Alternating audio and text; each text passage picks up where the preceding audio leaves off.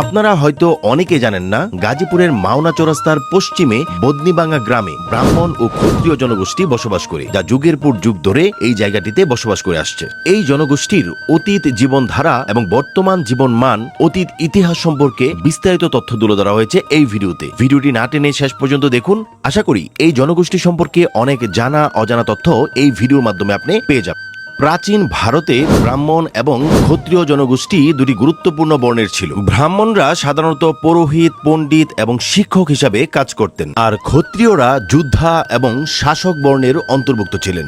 এই দুটি বর্ণেরই ইতিহাস বেশ সমৃদ্ধ এবং সমাজে তাদের গুরুত্বপূর্ণ ভূমিকা ছিল। ব্রাহ্মণরা বৈদিক যুগে যজ্ঞ এবং ধর্মীয় অনুষ্ঠান পরিচালনা করা ছিল তাদের প্রধান কাজ। এছাড়াও তারা বেদ বেদান্ত সহ বিভিন্ন গ্রন্থপাঠ, অধ্যয়ন এবং সেগুলোকে লিপিবদ্ধ করার কাজ করতেন। এক কথায় বলা যায় তারা জ্ঞানের কেন্দ্রবিন্দু ছিলেন। আর অন্যদিকে ক্ষত্রিয়রা, তাদের কাজ ছিল রাজ্য রক্ষা এবং প্রজাদের দেখাশোনা করা। মূলত তারা যুদ্ধবিদ্যায় পারদর্শী ছিলেন। আমাকে যদি বলতেন আপনাদের জীবনযাত্রার মান কেমনে চলতেছেন, আগে কেমনে চলতেন, বা আপনার আদি পুরুষ, আপনার বাবা দাদা, ওনারা কিভাবে চলতো?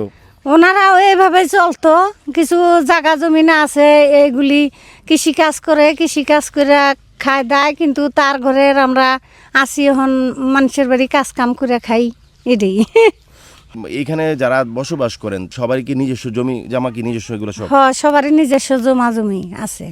সরকার থেকে আপনাদেরকে কোনো অনুদান বা কোনো সুযোগ সুবিধা দেয় কি, মানে স্পেসিফিক? সরকার থেকে অনুদান দেয়, বিজিটি চাউল দেয়, তারপরে হলো 10 টাকা কেজি চাউল দেয়, এরকম দেয়।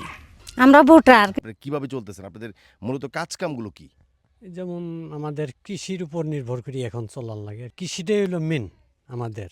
কৃষি দেখা গেছে, আর মানুষের বাড়ি কাজকর্ম করি আমার চলন লাগে।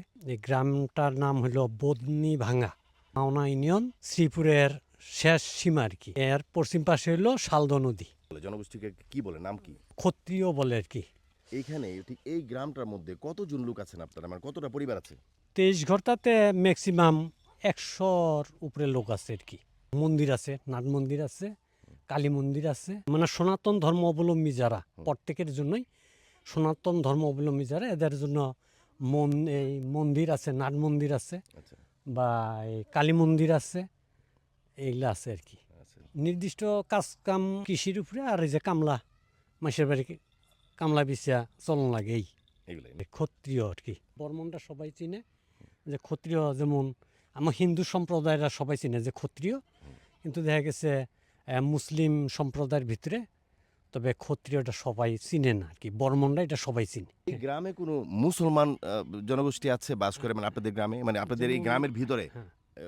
যেমন মুসলমান আমাদের পাশে আছে, আমাদের পাশে যে মুসলমানগুলো আছে, যেমন আমরা একইভাবে, মানে হিন্দু আর মুসলিম, মানে এটা বোঝার নাই। সচরাচর মানুষে করা পারবো না যে হিন্দু আর মুসলমানেরা বসবাস করে। একদম নিখুঁতভাবে আমরা চলি। দর্শক বুঝতে পারছেন, আমি আছি গাজীপুরের শ্রীপুর থানার মাওনা ইউনিয়নের বদনিবাঙ্গা গ্রামে।